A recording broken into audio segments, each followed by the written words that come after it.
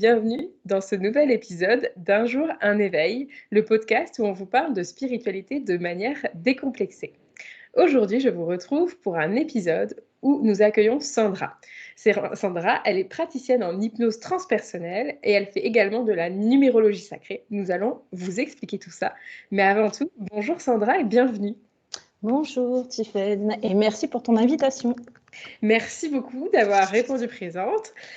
Alors Sandra, est-ce que tu peux nous parler de toi, de qui tu étais, qui tu es et un peu de ce que tu fais? Oui, qui je suis? Je suis une personne assez à la base cartésienne qui a grandi dans un milieu plus ou moins ouvert, mais assez, on va dire, quand même cartésien, voilà, ancré quand même dans la matière, mais avec quelques ouvertures. Je suis issue d'une famille quand même très très grande parce que recomposée, c'est-à-dire que ma maman était mariée, elle a eu des enfants, mon papa était marié, a eu des enfants, et moi je suis en fait l'enfant né de leur rencontre, de leur union. Ce qui était chouette et pas forcément très aisé non plus, parce que c'était deux couples vraiment déjà dans un mariage quand ils se sont rencontrés, même s'ils ne se plaisaient pas dans leur mariage. Donc moi, pour dire un petit peu le contexte, je suis arrivée, mais c'était quand même dans une ambiance assez compliquée, parce que les divorces n'étaient pas faits, parce qu'il y avait aussi beaucoup d'enfants, parce que mon papa a eu beaucoup d'enfants, il y a eu 7 enfants d'un premier mariage.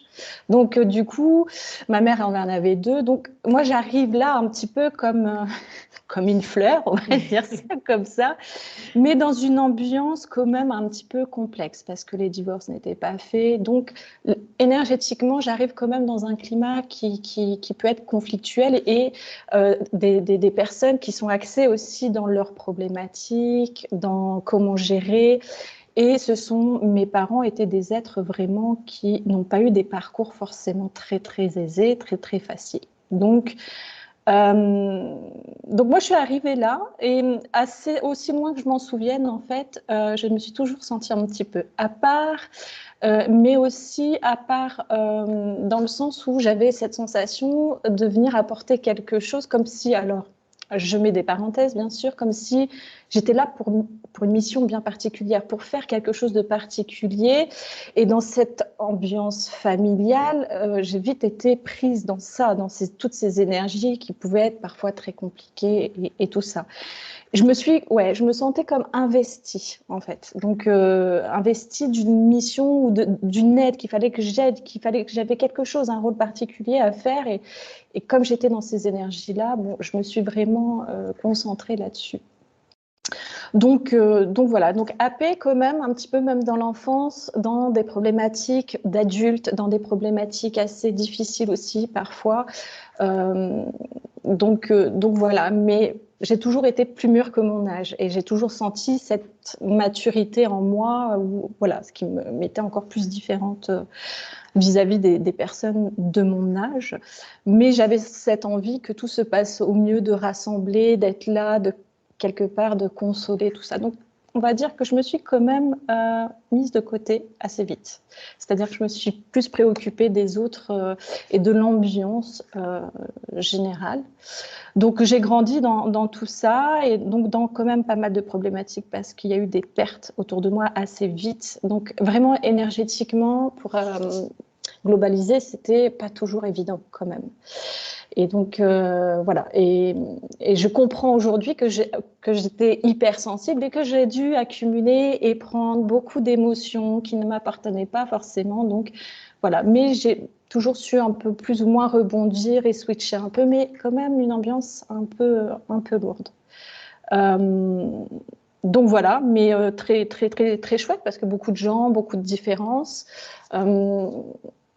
Mais il y avait toujours cette nostalgie quand même chez moi, où souvent quand ça n'allait pas forcément bien, où il y avait cette nostalgie toujours de lever la tête et de regarder les étoiles, et d'avoir des réponses, d'attendre des réponses et un soutien. Parce que même si j'étais beaucoup entourée, baignant dans ces énergies-là, il y avait quand même une espèce de solitude, comme si je n'étais pas forcément comprise, comme si...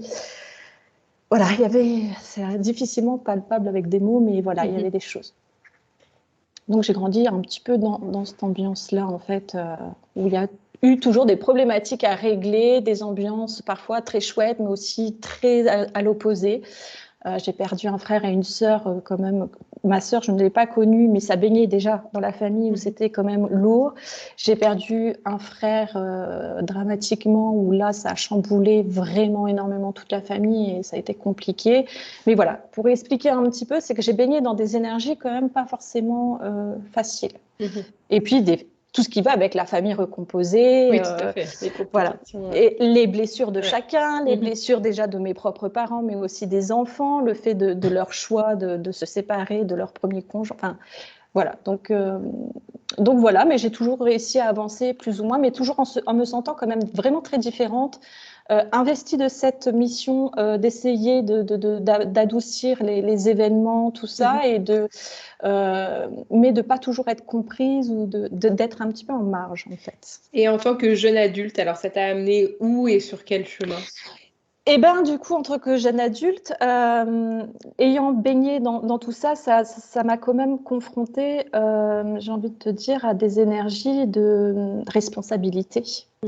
Donc j'ai pris, je pense, j'ai joué des rôles qui étaient peut-être pas les miens, et donc beaucoup de contrôle, contrôler, agir pour arranger les choses, trouver des solutions, ne pas laisser les choses aller dans le fin fond, et toujours donc dans l'action et je sentais cette énergie que j'avais la force, que j'avais les possibilités, les capacités d'agir pour tout le monde, et j'ai pris en plus à cœur de le faire parce que quelque part, il y avait, je pense, je l'ai plus compris après, mais une énergie chez moi où il fallait que je prouve ma légitimité. Parce que j'avais quelque part, entre guillemets, même si ce n'est pas ma responsabilité, mais pris un papa à des enfants, pris une maman à des enfants. Et moi, je suis arrivée vraiment à ce moment-là.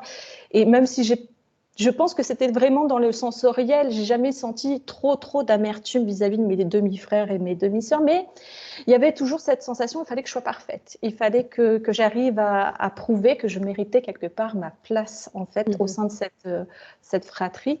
Surtout que, en fait, j'ai eu une relation très particulière avec mon papa où on est extrêmement fusionnel. Donc, ça ajoutait en plus de ça un côté, ouais, mais elle est, tu vois, papa est différent avec elle. Voilà, il y avait une complicité, une fusion vraiment. Donc, voilà, j'ai pris ce rôle-là et ça n'a pas toujours été évident, mais même, je veux dire, à l'école ou quand j'ai commencé à rentrer dans le monde du travail, il y avait toujours aussi cette sensation d'être différente et d'être en marge, d'être plus mûre, plus mature, mais aussi très terre à terre, quoi, très enracinée. Il faut que je contrôle. Je contrôle tout ce qui se passe en fait autour de moi. Donc voilà. Après, ça restait quand même ouvert parce qu'il s'est passé des choses dans ma vie, enfance, jeune adulte, quand même, dans ma famille. Il se passait quand même des petites choses un petit peu, on va dire, subtiles. C'était assez ouvert, même si il y avait un côté un petit peu des parents qui ont vécu dans la religion du côté de mon papa. Mais il se passait des choses, des rêves. Des événements, quand il y a eu des pertes, justement, on avait des membres de la famille qui faisaient des rêves assez explicites, qui annonçaient ce genre de choses. Je vois ma maman, elle aimait bien un petit peu tout ce qui était un peu cartomancie, tout ça. Donc, ça restait quand même ouvert. Il y avait une ouverture. Ouais, mais moi, je ne me mettais pas forcément. Non, c'était OK, mais voilà, sans plus. Ok. Et alors, quand est-ce qu'est arrivée pour toi la spiritualité dans ta vie et où tu as ouvert la porte à tout ça? Très tardivement et très récemment pour le coup, à savoir que quand même il y avait cette notion chez moi que je voyais bien qu'il y avait des choses, qu'il y avait des signes, qu'il y avait par exemple au niveau des chiffres, et de l'astrologie aussi. Ça a été beaucoup ça, moi, plus des trucs, mais qui restent assez cartésiennes parce il y en a beaucoup, il y a beaucoup de gens qui sont ouverts à l'astrologie, au signal astrologique. Mais dans ma famille, comme elle est nombreuse, on était beaucoup à avoir les mêmes signes, les mêmes traits de caractère. On est 3 être nés à la même date, le 19 novembre, donc moi, mon papa et la fille de ma mère, donc ma demi-sœur. Dans d'autres cas, il y avait des dates très similaires où, bon, là, un petit peu, par exemple, ma maman est née un 25 mars, sa petite fille est née un 26 mars, mais quelques mois après son décès. Tu vois, pareil pour un neveu, il est né le même jour que son grand-père. Enfin, il y avait des similitudes où je trouvais quand même, ça me palpait quand même, ça m'attirait.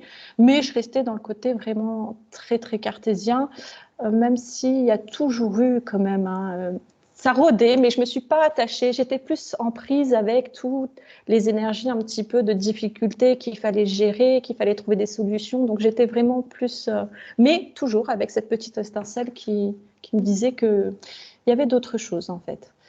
Et tu faisais quoi alors comme travail au début? Alors au début, j'ai commencé, j'ai quitté assez vite l'école parce que je m'ennuyais, parce que ça me plaisait pas. Donc j'ai arrêté l'école après le collège et je voulais vraiment m'immerger dans le monde de l'action, de faire et tout ça. Donc j'ai fait, à la base, je voulais devenir esthéticienne, le maquillage, le body painting, tout ça, mais à l'époque c'était assez fermé. Et ma mère et ma sœur étant coiffeuses, ma mère m'a dit bah, écoute, je veux bien que tu trouves un apprentissage, mais il faut que tu trouves avant la fin septembre, enfin, avant que septembre arrive. Et donc, du coup, j'ai trouvé. Elle me titillait pour que je suive un petit peu la voie de la coiffure. Donc, j'ai fait un apprentissage de coiffure et j'ai fait 10 ans de coiffure derrière. Okay. Donc voilà, moi je suis assez curieuse, j'aime bien différentes choses. Enfin voilà, mais j'aime bien aller jusqu'au bout. Je commence quelque chose, j'aime bien aller jusqu'au bout, apprendre, maîtriser la chose et en faire quelque chose. Et voilà. Donc la coiffure, c'était pas ce que je voulais faire, mais voilà, ça m'a quand même. J'aime bien acquérir des connaissances et des savoirs. Donc je suis restée là-dedans.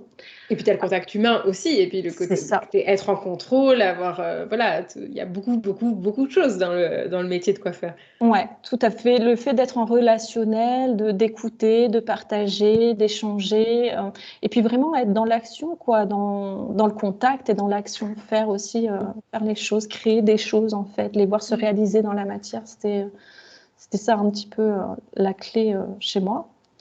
Et du coup, j'ai fait ça pendant des années hein, et j'ai vraiment beaucoup appris et c'était chouette. Mais il y avait toujours ce manque de réaliser quelque chose dans l'esthétique. J'ai recherché, mais c'était un petit peu compliqué parce que j'étais déjà un peu plus vieille, donc trouver un contrat pour apprendre et tout ça, c'était. Puis c'est pas aussi ouvert que la coiffure, donc j'ai pas trouvé et donc j'ai continué un petit peu et là il y a eu déjà un commencement d'un grands événements, c'est que ma maman est tombée malade et j'étais du coup à cette époque-là sur Toulouse et au vu du diagnostic j'ai tout quitté et je suis rentrée parce que le diagnostic était assez court en fait et ma mère avait été malade plusieurs fois, ça faisait des années qu'elle était un petit peu dans la souffrance tout ça mais là le diagnostic était vraiment pas terrible. Et en fait, voilà, j'ai décidé de rentrer, de tout plaquer et de rentrer. Donc, pour pouvoir vivre ces derniers instants avec elle. Et donc, déjà, ça a été une sacrée épreuve parce qu'on a eu 6 mois. Donc, je suis contente quand même d'avoir fait ça parce qu'on a eu 6 mois ensemble. J'ai pu l'accompagner. Mais ça a été très traumatique. J'avouerai parce que j'ai été la personne qui a vraiment, dans ce côté-là où je contrôle les choses, où je sens que j'ai l'action, où j'ai les épaules pour, j'ai fait, et je me suis investie dans tout son parcours de soins jusqu'à la fin et j'étais là, c'est moi qui étais là à son dernier souffle. Mais voilà, ça a été compliqué parce que j'avais pas forcément en plus une relation très apaisée avec ma maman, mais ça a été déjà un grand tournant. Où là, voilà, c'était le choc, c'était le traumatisme, c'était voilà. Et là, le papa aussi à côté avec qui j'étais fusionnelle, mais qui alors du coup lui était complètement perdu, machin. Donc je suis revenue, je me suis réinstallée un petit peu dans ma région natale qui est la Bretagne. Et donc voilà, donc ça a pris du temps, ça a été difficile. J'ai essayé de rebondir, mais bon, c'était pas simple. On a essayé de créer un salon avec ma sœur, qui elle aussi était coiffeuse, mais elle venait d'avoir donc sa petite fille. Enfin bon, elle voulait construire aussi une maison. Enfin voilà, j'arrivais pas. Et puis moi, j'ai vraiment mis du temps à m'en remettre. Donc il s'est passé du temps et à ce moment-là, j'ai décidé d'aller chercher sur quoi je pouvais rebondir. J'ai fait différents travaux en fait.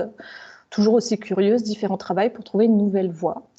J'ai rebondi à droite, à gauche, mais j'arrivais pas forcément à trouver en fait le pas, mais toujours dans cette matérialité, toujours dans le côté très cartésien. Il me fallait de la sécurité, des choses vraiment. J'ai pas commencé à ce moment-là à me connecter à la spiritualité, mais dans ce parcours-là où ça a été très difficile, où je me suis confrontée à moi-même aussi, à mes réactions, à mes modes de pensée et tout ça. Et quelques temps après, ça a été le tour de mon papa. Donc 5 ans après, mon père tombe malade et lui, pareil, même diagnostic, cancer, assez foudroyant, tout ça. Donc bon, voilà, on retourne dans des émotions, dans des énergies. Je reprends ce rôle-là et que mon père, en plus, ne voulait que ce soit que moi qui gère un petit peu tout ça. Donc voilà, ça a été quand même assez compliqué. Je travaillais, j'étais chef d'équipe sur un grand espace touristique à ce moment-là. Je gérais tout ce qui était partie entretien du site et nettoyage. Donc en plus de ça, j'avais des responsabilités, mais je switchais sur les deux et voilà, j'ai pris beaucoup. J'ai été jusqu'au bout en fait. De ce que je pouvais faire, mais voilà, il n'y a pas un moment donné où je me suis dit non, tu t'arrêtes, prends du temps, pense à toi, tout ça.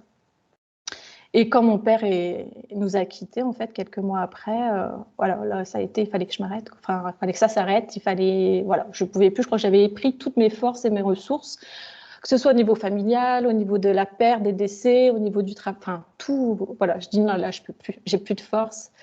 Et en fait, j'ai quand même continué un petit peu. J'ai rencontré, en plus, entre-temps, j'avais rencontré quelqu'un. Et avant le décès de mon papa, on avait décidé de se marier et tout ça. Mais bon, c'était dans tout ce mélange-là. J'ai eu cette rencontre-là. Donc, ça m'a tenue quand même un petit peu. Donc, j'ai continué un petit peu. Après, ça a été compliqué, mais j'ai pris. Et puis, en fait, pour cacher un peu tout mon chagrin et tout ça, je me suis mis à fond encore plus dans le travail. Et du coup, il y a un moment donné, le corps, en fait, voilà, j'ai eu plusieurs moments où j'aurais pu prendre plus de temps et m'arrêter. Et là, le corps, il a dit stop. Donc j'ai perdu mon papa, machin, ceci, cela. Ça a été compliqué, mais plus apaisé quand même que pour ma maman. Mon mari, qui était étranger, est arrivé en France, voilà, machin. Et puis c'est moi qui a commencé physiquement à périr un petit peu. Et en fait, je tombais malade.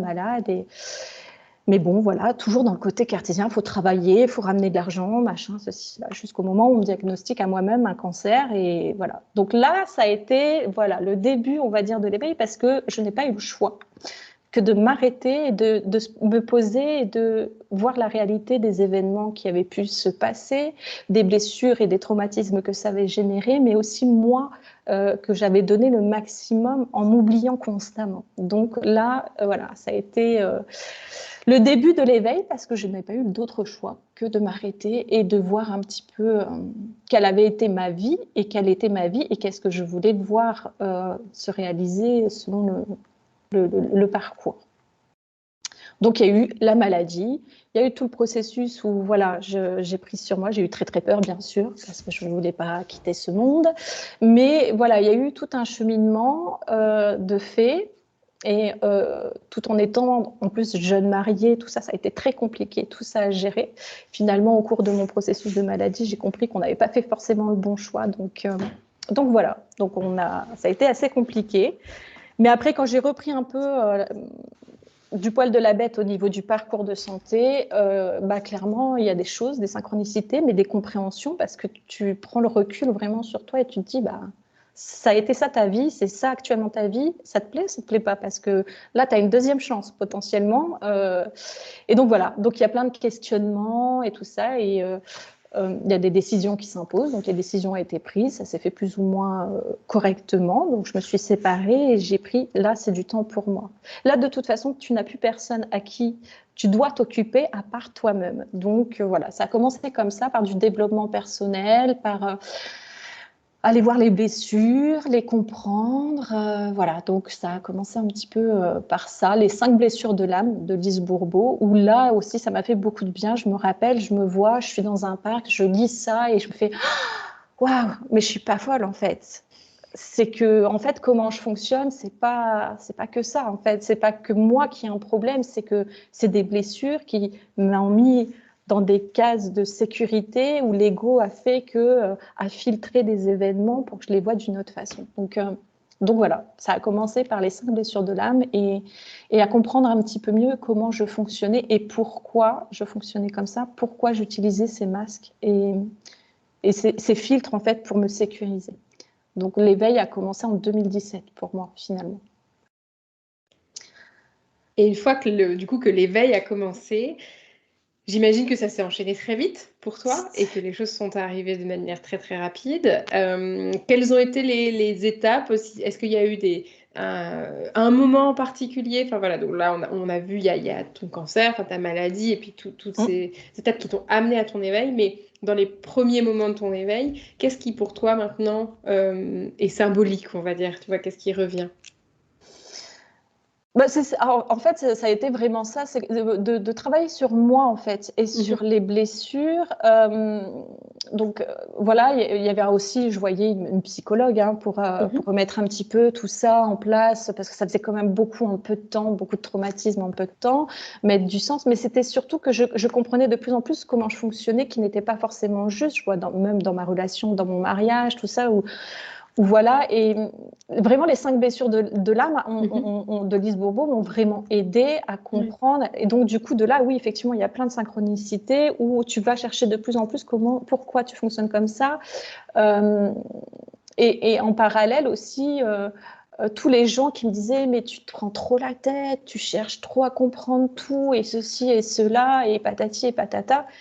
Et j'en reviens aussi à Christelle Petit-Colin, pourquoi je pense trop, parce qu'il y avait vraiment cette notion où je me sentais vraiment tellement différente, en fait, qui revenait, ça allait très vite, il y avait plein de choses ça partait dans tous les sens, et c'est vrai qu'il y a des moments dans tous ces questionnements et tout ça, je me dis, waouh, ouais, mais je suis à part, et vraiment, ça revenait tout le temps, tu te prends trop la tête, tu te prends trop la tête. Donc j'avais l'impression d'être enfermée dans un cercle de souffrance parce que je n'arrivais pas à comprendre pourquoi j'étais comme ça et aussi différente que les autres. Donc, il y a eu ça, en fait. Il y a eu vraiment le développement personnel au départ. Et tout d'un coup, il y a eu plein de synchronicités, de rencontre en rencontre. Aussi dans mon parcours de soins où j'ai rencontré des thérapeutes, des discussions, vraiment des belles rencontres où on voit que on n'est pas seul non plus à vivre des choses un petit peu particulières ou des chemins très compliqués, mais qui emmènent à cet éveil, à ce questionnement de pourquoi. Et donc, j'ai essayé plein de techniques, en fait, pour me sentir mieux dans mon corps, mais aussi mieux psychologiquement et dans ma façon de fonctionner. Donc, ça a été des rencontres, en fait, de thérapeutes, la réflexologie plantaire, ça a été aussi du Qigong, ça a été aussi tout ce qui est un petit peu... dans mon parcours de soins, ça a été ça aussi, c'est de connecter, c'est qu'après la médecine allopathique, il y avait quelque chose chez moi qui me disait, mais non, c'est pas possible en fait. Je vais pas mieux, je vais même moins bien qu'avant. Enfin voilà, donc j'ai cherché des réponses pour aller mieux vraiment et me guérir par moi-même. Donc ça a été aussi très cartésien parce que j'ai cherché vraiment des choses, des explications et apprendre à m'écouter et à pas écouter les autres. Parce que quelque part, mon cancer, c'est un peu grâce à moi. Enfin, c'est l'écoute de moi qui a fait. Parce que j'avais que 33 ans. Le cancer que j'avais, c'était pas un cancer. Si c'était pas héréditaire, c'était pas un cancer qui était possible à mon âge. Enfin, voilà. Mais les médecins, avant de me diagnostiquer, il a fallu que je me batte un petit peu, que je me fasse entendre. Donc voilà, et puis après le parcours de soins, donc la médecine allopathique a fait son travail et c'est OK pour ça, il n'y a pas de souci, ils ont quand même bien fait ce qu'il y avait à faire. Mais dans le côté mieux-être, enfin voilà, le corps qui parle en fait des douleurs, des somatisations, où on me disait mais non, mais toutes tes analyses sont bonnes, même quand j'étais en chimiothérapie, tout était bon, mais moi je me sentais terriblement mal en fait. Donc, il y avait quelque chose qui me poussait à comprendre un petit peu aussi comment le corps humain fonctionnait. Donc, j'ai fait beaucoup de recherches aussi au niveau de l'alimentation, au niveau de la somatisation, des émotions qui se cristallisent et tout ça. Et de rencontre en rencontre, j'ai rencontré des médecins qui étaient un petit peu à part, en fait, tout ce qui est homéopathie, tout ce qui va être aussi les huiles essentielles, enfin tout plein de choses. J'ai rencontré des naturopathes, donc j'ai touché à plein de petites choses comme ça. Et ce parcours-là m'a permis ça, de m'ouvrir à plein de choses, à un grand panel. Et plus ça avançait, et plus j'allais aussi vers le côté spirituel, le côté Jacques Martel. J'ai refait tout mon parcours en cherchant les mots du corps, mon corps qui cherchait tant à me parler depuis tellement d'années, mais que je n'écoutais pas dans toutes ces douleurs. Et ça mettait de plus en plus de sens et de liens, et je rassemblais un petit peu tous les morceaux, en fait. Mais cette période m'a vraiment permis d'avoir du temps pour moi, de ne pas culpabiliser, de ne pas travailler, parce que là, c'était un problème de santé, qu'il fallait que je prenne du temps, et que la médecine et que la société disait, OK, c'est pas rien ce qu'elle a, donc oui, il faut qu'elle prenne du temps pour guérir et tout ça. Et ça m'a permis vraiment d'essayer plein de choses. Et voilà, après, je suis partie dans des thérapies un petit peu plus subtiles, spirituelles, où voilà, j'ai eu l'année de 2019 où j'étais dans mon année 7. Alors, quand je dis ça, c'est l'année au niveau numérologique. C'est que j'étais dans mon année universelle 7, où le 7 correspond vraiment à la spiritualité, aux enseignements. Voilà. Et j'ai connecté toujours dans cette quête de mieux comprendre, de connaître des choses, parce que j'avais côtoyé des énergéticiens, tout ça, qui me disaient, ah, voilà, ou même des géobiologues, ou des gens qui me disaient, ah, ton taux vibratoire, il est bas, machin. Donc, j'ai vraiment enquêté, mais par l'expérimentation, parce que j'avais la possibilité et le temps de le faire. Donc, voilà, j'ai été voir des énergéticiens, des géobiologues. J'ai été voir aussi, à un moment donné, une médium. Je suivais une émission qui passe sur YouTube qui recevait plein de thérapeutes, et ça m'intéressait et ça me nourrissait vraiment de connaître tous ces mondes-là.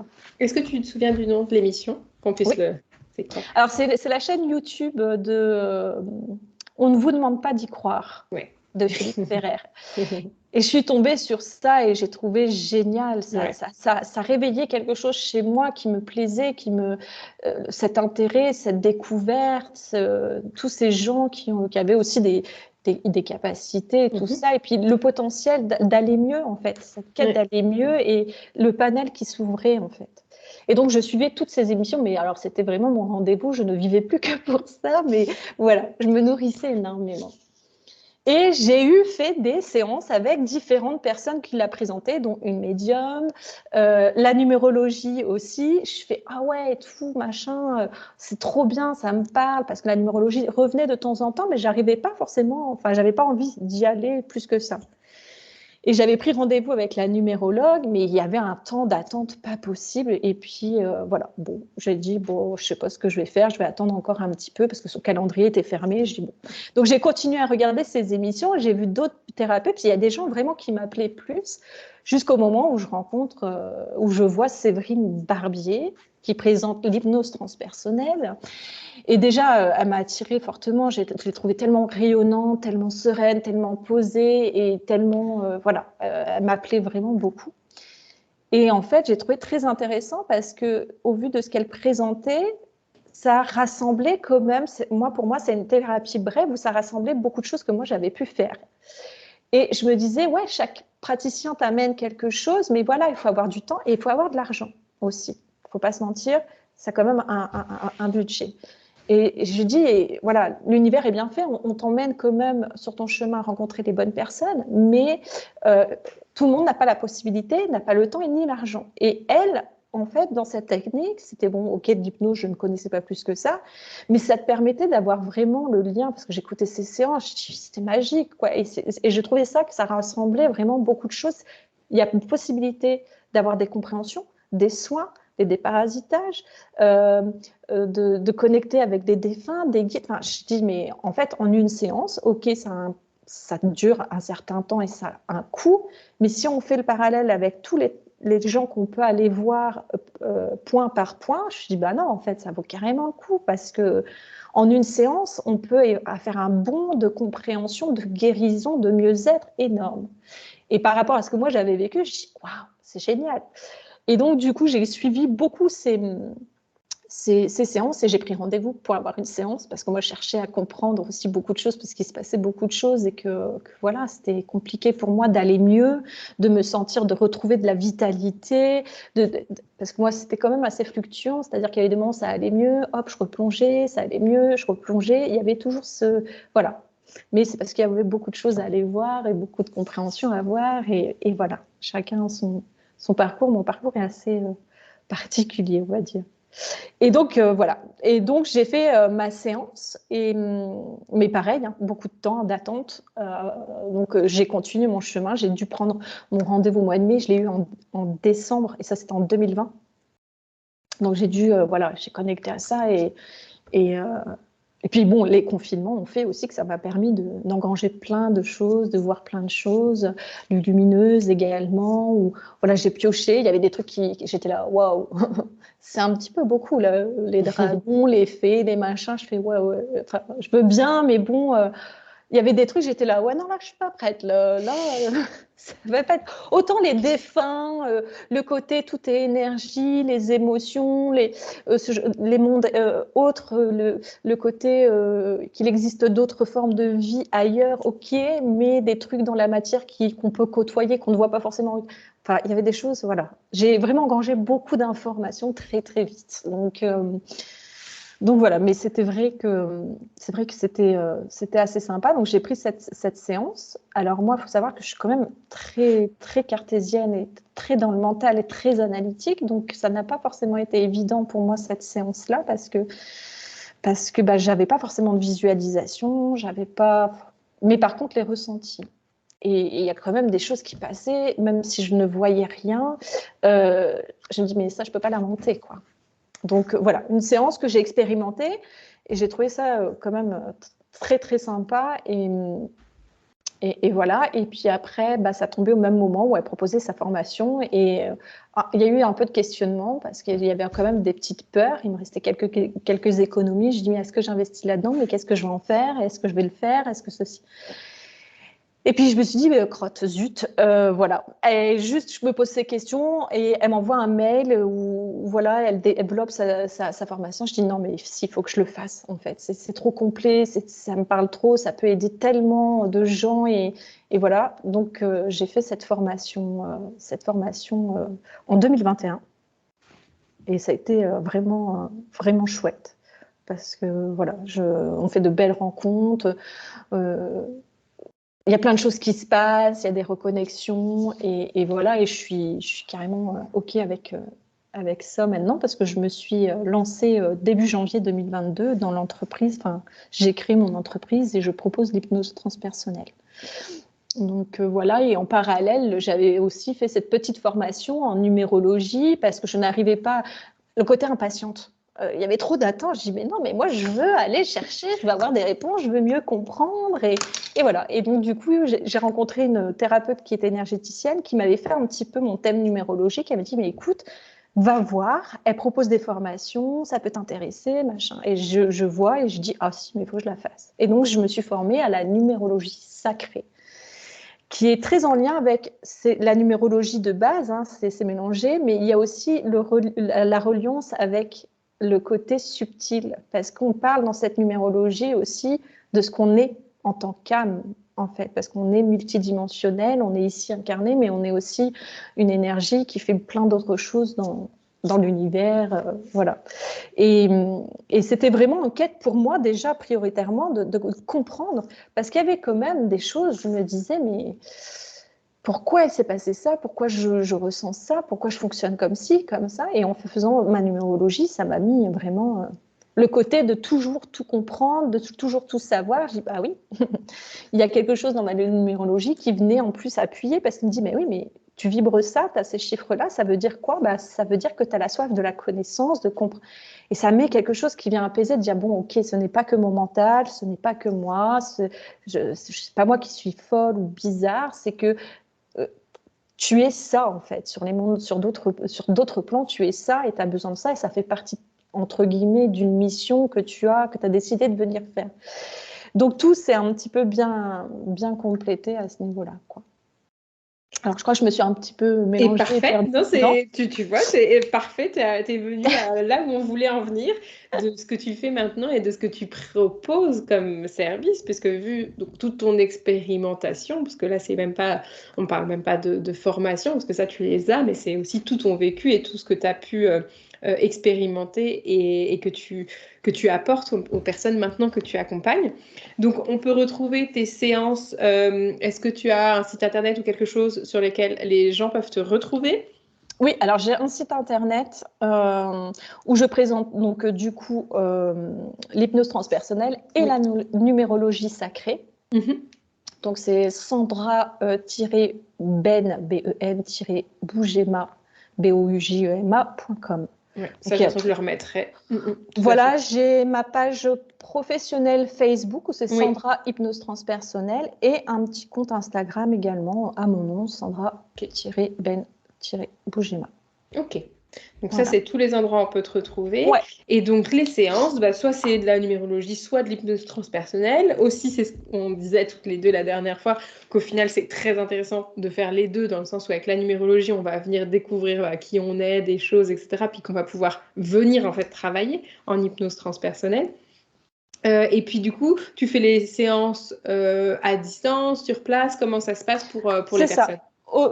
Alors, la numérologie, ça va être plutôt à distance parce qu'on n'a pas besoin forcément de présentiel. Et ce que je propose, parce que c'est quand même un pléthore d'informations, c'est de faire un partage d'écran déjà. Donc, je crée le thème, je l'envoie à la personne et après, on se fait un rendez-vous Skype où on partage l'écran, je lui explique, je lui décrypte le tout, mais j'enregistre. Comme ça, la personne peut relire, réécouter derrière parce que euh, c'est un peu comme une séance de médiumnité ou quoi. Il y a des trucs où ça va focaliser toute notre attention et notre ressenti, l'émotion que ça nous amène, mais on va passer à côté d'autres petites informations qui sont tout aussi importantes. Donc pour la numérologie, je fais en Skype enregistré. Sinon, après, pour les séances d'hypnose, c'est à domicile, en présentiel, donc, ou sur le web, en fait, par Ou en réunion ligne aussi? Zoom, en ligne. Ouais. Oui. Et ça marche tout aussi bien, parce qu'il ne faut pas oublier que Oui. tout est vibration, fréquence et énergie, et qu'il n'y a pas de limite à ça. Donc, ça marche aussi Exactement. bien. C'est très important de le rappeler parce qu'à chaque fois, c'est la petite peur des personnes, C'est le en ça. ligne, le à distance, mais non, non, ça fonctionne tout aussi bien. Est-ce qu'il y a besoin, pour aussi enlever d'autres préjugés qu'on a, d'avoir des prérequis ou d'avoir déjà fait de l'hypnose ou des choses comme ça avant d'arriver dans une hypnose transpersonnelle, ou est-ce que c'est pour les non-initiés et même les personnes qui ne sont pas forcément dans la spiritualité, mais juste dans une démarche de bien-être et de développement personnel? Complètement. Il n'y a pas de prérequis, c'est ouvert à tout le monde, ou presque, parce qu'il ne faut quand même pas avoir de problèmes, en fait, comme des maladies, en fait, comme la schizophrénie ou ce genre de choses, parce qu'on rentre en état modifié de conscience, même si c'est très naturel pour notre cerveau, hein, parce qu'on y est en état de légère transe quotidiennement et plusieurs fois par jour. Donc, c'est très naturel, il n'y a pas de prérequis. Euh, alors, l'hypnose transpersonnelle, contrairement, donc c'est tout ce qui est hypnose régressive, hein, quantique, il y a plein de noms différents, mais contrairement à une séance pour une hypnose ericksonienne et tout ça, contre les phobies, l'arrêt du tabac, tout ça, c'est quand même beaucoup plus long. Donc, voilà, faut être ouvert, faut pas avoir trop de pensées limitantes, vraiment. Ça peut être une séance des personnes qui viennent pour vraiment par curiosité, et, effectivement, mais tout est toujours juste, on est toujours bien accompagné. Donc, une séance, il y aura toujours quelque chose qui sort de la séance, quoi qu'il arrive, même si on n'a pas de croyance particulière ou, ou voilà, d'attrait pour la spiritualité, entre guillemets. Mm. Et Maintenant, qu'est-ce ça qui... demande un Ouais. investissement quand même, hein, parce que Oui, ça oui. on prend beaucoup de temps. Hein. Ça, une séance entre 2, 3, 4, 5 heures. Donc voilà, il faut vraiment avoir envie de... C'est ça, et puis c'est en fait une vraie exploration, Oui, si on peut dire. tout C'est à fait. ça, on va venir explorer tout ce qui nous concerne, ce qui concerne les personnes environnantes, Oui. et puis ce sur d'autres plans, donc pas forcément ici, maintenant, là, tout de suite, quoi. Donc Ouais. c'est dans Ah oui, cette parce que dimension qu'il faut être ouvert. voilà, c'est ça. Après, on peut très bien régresser dans la vie actuelle Mhm. s'il y a des choses à aller voir, mais c'est vrai que ça peut être autre chose. Ça peut être d'autres plans, ça peut être des vies antérieures, ça peut être même parfois ça arrive qu'on arrive à avoir une futurisation, c'est-à-dire une vie, enfin notre potentiel dans le futur. Donc vraiment, c'est ouvert et c'est pas nous qui choisissons, c'est un petit peu nos énergies, ce qui est bon de savoir. Donc oui, effectivement, c'est ouvert à tout le monde pour Et plein donc de choses. justement, qu'est-ce qui... quelle problématique ou sujet pourrait amener quelqu'un à faire une hypnose transpersonnelle? Tu vois, parce que autant donc, par rapport à l'hypnose érectionnelle, bon, on a une phobie de l'avion, on va faire une séance d'hypnose pour travailler sa phobie de l'avion. Là, qu'est-ce qui peut amener, tu vois, à prendre un rendez-vous avec toi? Des schémas répétitifs qu'on n'arrive pas forcément à comprendre, des événements qui viennent, ça peut être en lien avec des liens transgénérationnels aussi, parce que souvent il y a des choses comme ça, on porte des choses qui ne nous appartiennent pas mais qui appartiennent à nos lignées.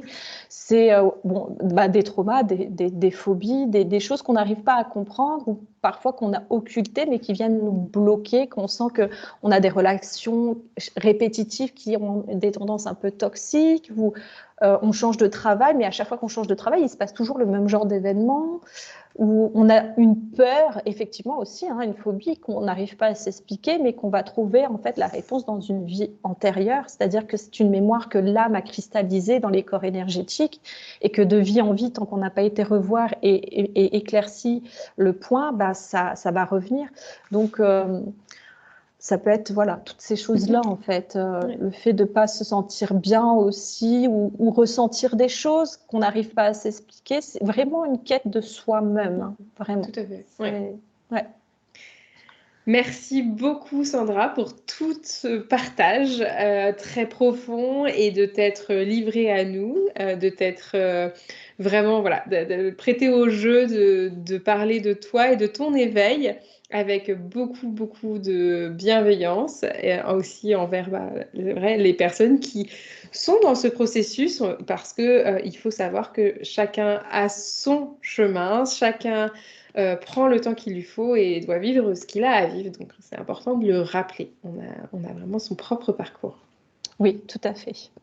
Merci à toi, en tout cas, d'avoir pu me donner l'opportunité de partager mon expérience et mon parcours et de peut-être aider certaines personnes à croire plus en elles et à continuer ce cheminement, en tout cas, et que ce n'est pas forcément toujours facile et que c'est OK.